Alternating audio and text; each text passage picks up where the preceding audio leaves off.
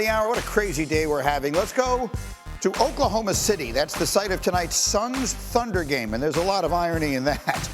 Kevin Durant, of course, is now on the Suns. He was once on the Thunder. He's been downgraded to doubtful. Trade speculation swirling around him. Suns say he's dealing with a left ankle sprain.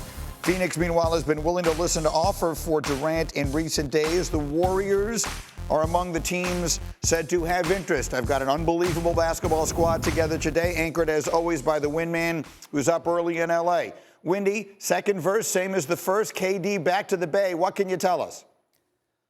Wow, bro. Okay, so as you know, the Suns have been trying for weeks to turn Bradley Beal into Jimmy Butler, to pair him with Devin Booker and Kevin Durant. That is what the Suns have wanted. That is what Jimmy Butler has wanted. That is not what Brad Beal wants, and he has a no-trade clause, and they have reached a loggerheads. They have tried almost every team in the league, from what I can understand. They went out and traded their one first-round pick into 3 to try to pay off 3 different teams to do deals. I can't tell you how many things I've been through on calls listening to stuff, how they've tried. They are at the end here. The deadline is here. They have no Brad Beal trade. They are 25-24. They have a very aggressive owner, okay? And so now they are examining, this team isn't working. We can't trade Beal. What are we going to do? Durant has 1 year on his contract. So they have now begun entertaining, should we trade Kevin Durant? And they have begun those discussions across the league. Now I'd like to shift you to the Bay. 25-24, veteran team, underachieving, difficult time trading for a star. They've been looking for a year for a star, looking for LeBron, for Paul George, for Markin, and all these things. Very aggressive owner who can't stand this. Here, I am describing to you how this began. And so now we have the Warriors and Suns discussing the possibility of bringing Kevin Durant back, okay? I am not going to sit here and even begin to project or guess as to how this may go down. Is it possible that Kevin Durant could be traded to the Warriors? Yes. Will it happen? I'm not afraid to say I don't know. This is potentially a 3, 4, 5-team transaction. It could involve like a dozen other players because that's the nature of the way NBA trades.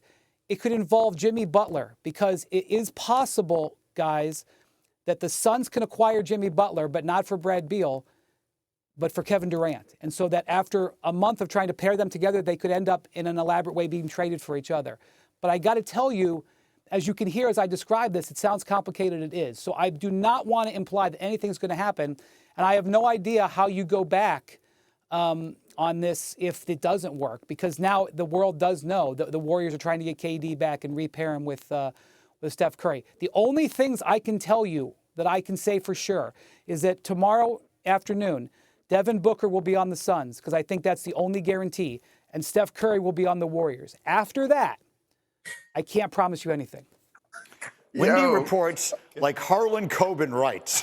There is a twist around every corner that you don't see coming, and you can't put it down for a second. All right, Jay Will, the last time Kevin Durant, literally the last time Kevin Durant played for the Warriors, he tore his Achilles. You flew back on the plane with him after that happened. I'll never forget you being on the show the following morning. What is your sense of the possibility of KD going back there and kind of finishing up whatever business he left there for whatever reasons? Well, first off, Wendy, Monica, Alan, Greeny, I've learned that I don't speak for Kevin Durant. Last time I did that, it ended up not well for me on your show, Greeny, okay? So let's just state that first off. Secondly, I will say this. I did find myself, when we landed that day, thinking about, okay, Brooklyn is an incredible opportunity. Obviously, Kyrie's going to be there. Madison Square Garden, incredible opportunity. He was looking at the Clippers. But, like, why not just stay in the Bay? Like, why not win 5, 6, 7 championships? I think ego was a really big thing for a lot of people back then. Everybody telling him what he needed to do to secure his own legacy. Look, KD knows his basketball legacy is one of the greatest to ever do it. He's probably the most prolific scorer the game of basketball has ever seen. And I think maybe now, if he's at the stage of his career, once again, I don't know what KD's going to do. He's his own man, speaks for himself. But to get paired with Steph Curry, with the experience he's had with USA basketball, why not go back to a place where you know where it is? That offense that they ran was the most beautiful offense, I think, in the history of KD's career. The continuity was exactly the offense that KD dreams of in his sleep. Why not go back to a place where you got your 2 finals MVPs, you got your 2 championships, and go win more with one of the greatest shooters and greatest players ever played the game? McNutt, what do you think of it?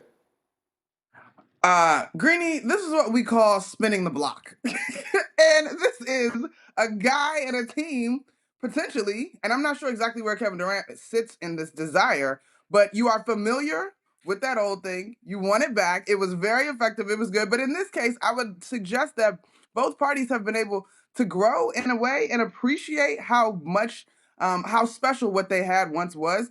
This is sort of mind-blowing, and mostly because, as Wendy pointed out, it's not just going to be straight up. What other dominoes are going to fall in this? For weeks, we've all been captivated by the Jimmy Butler situation, and this apparently could impact that. But in theory, these guys reuniting, it was a good thing. It was fantastic. Now, I just don't know how many pieces are going to be involved, and will we still be having conversations about what you put around them? But Kevin Durant, Stephen Curry pulling in the same direction as champions that have already won together, who doesn't sit for that?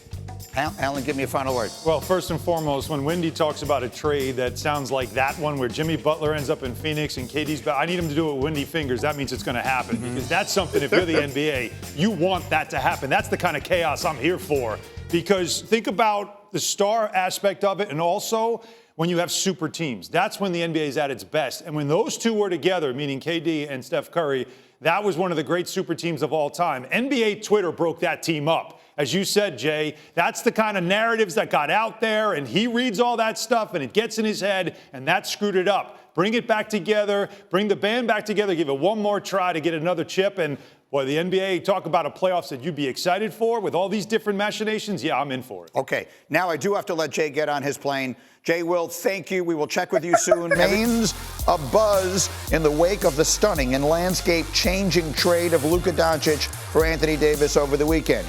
There is Luka Doncic and Rob Pelinka, Fonzie, dressed like the Fonz. They introduced Luka yesterday. The 25-year-old will wear his familiar number 77. Then LeBron James played a game last night, played great. They beat the Clippers, and LeBron had a lot to say about the deal. I ain't never seen this one. I have. I've seen it all up until this one. I've never been a part of one transaction like that.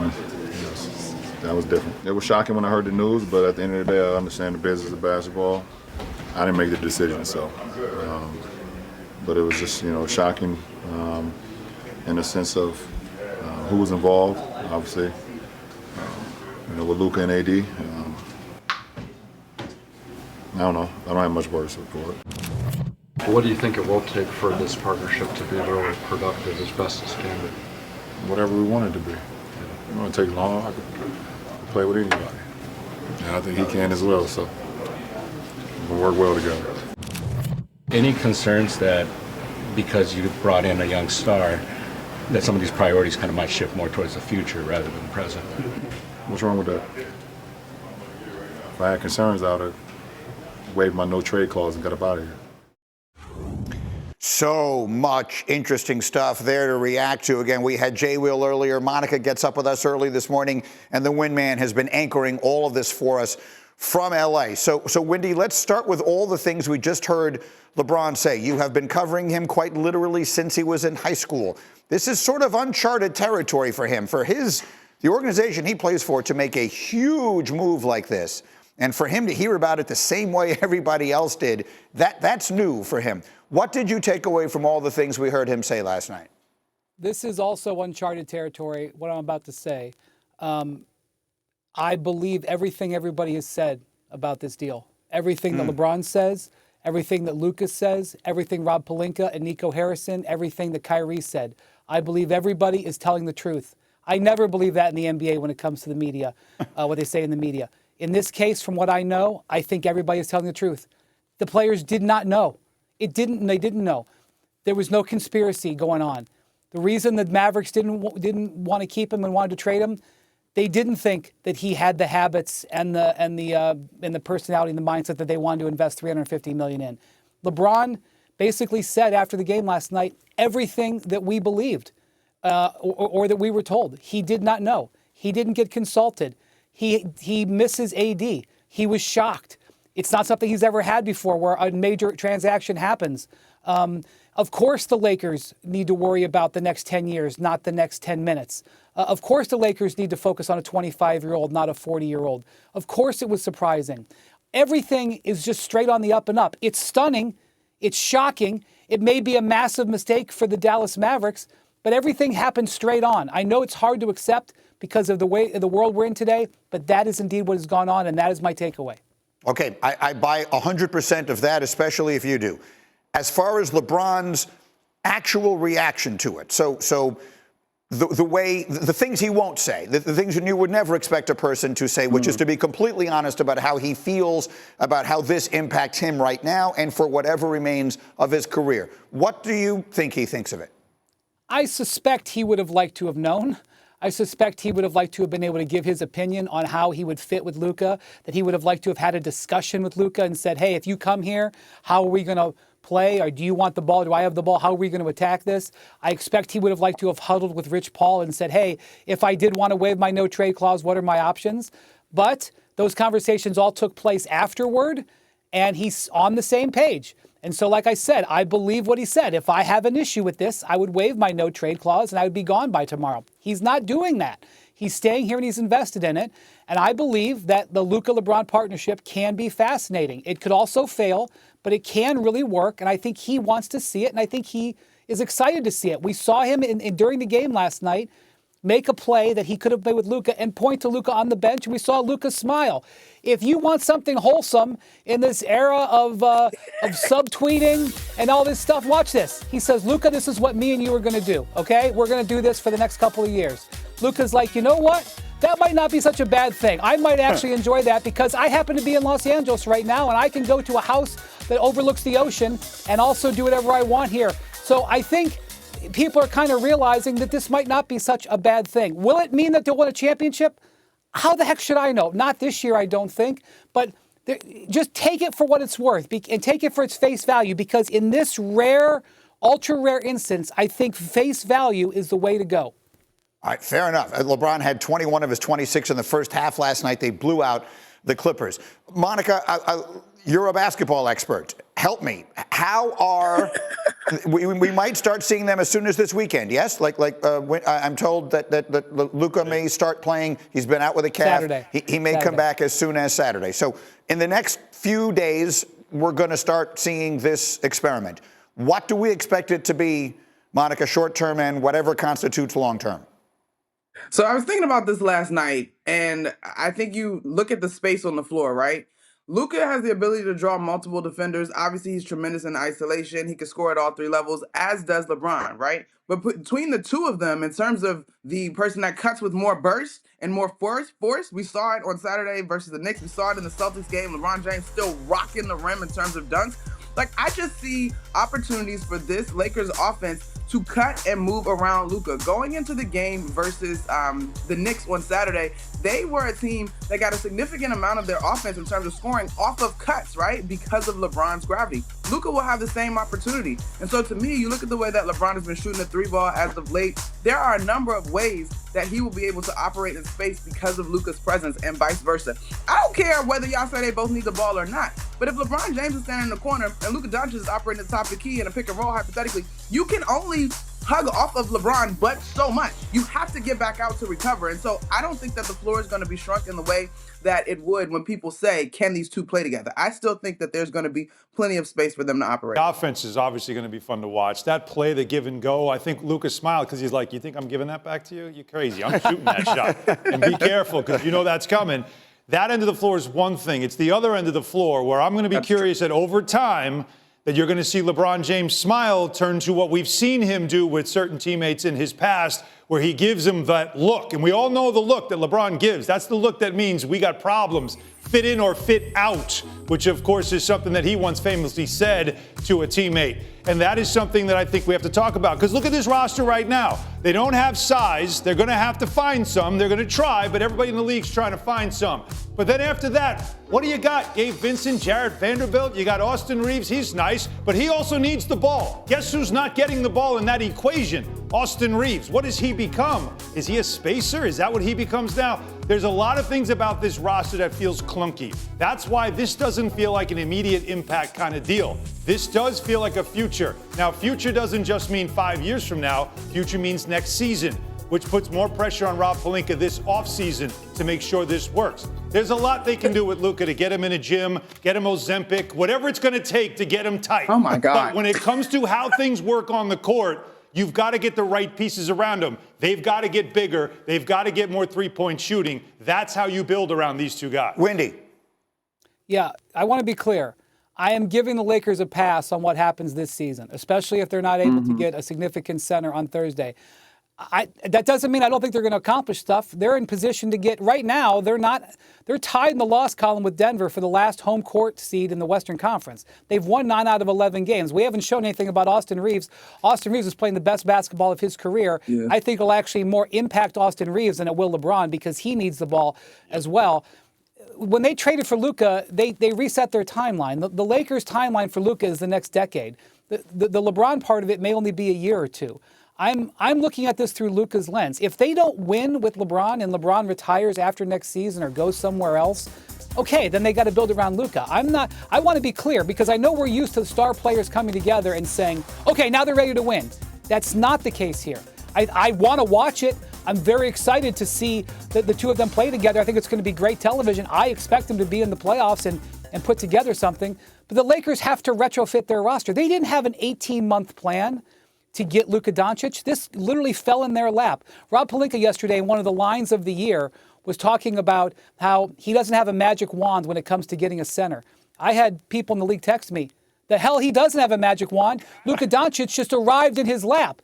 So I will say that I'm giving the Lakers a pass. Like what Alan has said, their roster is flawed. You're darn right their roster is flawed. They did not plan for this. It occurred to them. So there's going to be a desire to break them down and to criticize them, and that will, I'm sure, happen. But just remember the framework here, that this was not something that was all put together. This wasn't like the Miami Heat in 2010 where they put it together in the summer and brought it forth. This is something that's on the fly, guys. Yeah, I get it. Luka Doncic drops in your lap. You drop any other plan you have and you do it. No one's questioning that for a minute. He's ridiculously good and ridiculously young. The part of it I keep coming back to when Wendy said it earlier, we live in this assumption, because we've been following sports all our lives, that LeBron at 40 has to be very, very, very close to the end. And Wendy said it earlier, Monica, and you, Monica, and Alan both saw him at the Garden on Saturday night. If you didn't know how old he was, how old would you think he was? Like, watching him play. So do you think, Monica, he may have more than a year or two left? Here's my thing. I don't think LeBron is going to limp out when he decides to go, right? Like, and none of us are privy to the timeline. Does he look like he could have more than 2 years left? Sure. But for someone who has accomplished so much and has so much more to accomplish away from the court, we can't put him in a box. No one puts a baby in a box, right? But I don't think he's going to limp out. So I'm not necessarily looking for the clues of LeBron being the 8th man off the bench or whatever. Like, I think it's going to be an internal clock for himself. That's like, all right, I've done everything I set out to do. And I don't know exactly what is going to qualify as him reaching that point. Yeah, I do think that the way he's playing, he's surprising even himself. And you know what else sets up, too, for the future is think about his son, Bronny's on this team. Now he's got Luka as a teammate going forward, so things are setting up well for Bronny as well. He's got to feel better about the future. He could be there a long time. But for LeBron, it is about right now. They've got to think about how they're building, though. Do they build for a right now championship, or do they build for future? Because you got to keep those assets. And they have to keep Luka, too. And Wendy brought that up the day this trade happened. Luka has options in his, he's not signed for all this decade we're talking about. He has to decide he wants that, too. All right. Try to boast at what I look like. Keep them going, try to wear, I pull up long range. Jimmy with the heat, I'm on fire. It's NBA over here,